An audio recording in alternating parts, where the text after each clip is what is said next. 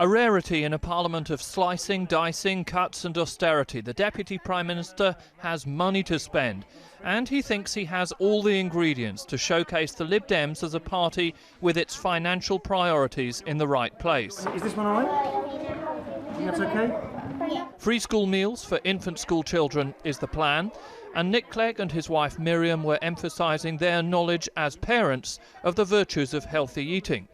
But of course in Scotland, Alex Salmond is the daddy, and these children will only benefit if he endorses the idea. If you're a parent paying for your child, your son's or daughter's school lunch at the moment, you could have a saving of over £400 per child per year. So it's a great help, I think, to families who've got a real squeeze on their weekly and monthly household budgets. It's the sort of announcement to raise a gurgle of pleasure to the lips of Lib Dem supporters, but in the world of coalition politics it will soon be balanced by the Conservatives' own goodies. Nick Clegg knows that will be the long-promised tax break for married couples, and he doesn't hide his disdain for the plan. I don't support it because I cannot understand what is remotely fair about saying to an unmarried taxpayer, you're going to have to pay higher taxes to help your neighbour, just because they got married, get lower taxes.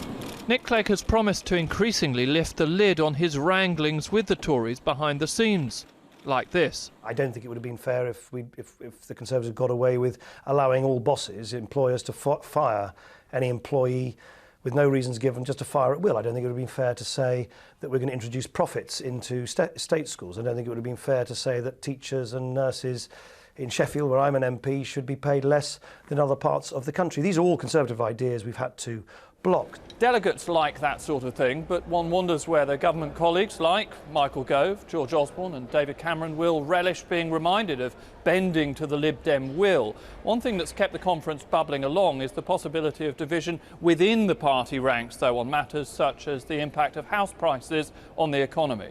Vince Cable said the amber lights are flashing in his speech yesterday. Danny Alexander told us that we are a million miles away from a housing bubble. Which is it, in your view? Vince is right to say we must be vigilant. The last thing we want as a country is another unsustainable asset boom, boom and bust. We've been there, we must avoid that.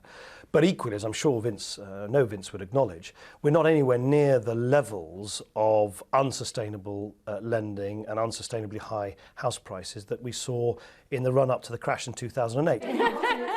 There are dangers for the governing parties before the election of 2015, but you can feel the relief that with the economy turning, they may just be able to give voters more food for thought about their positive intentions for the future.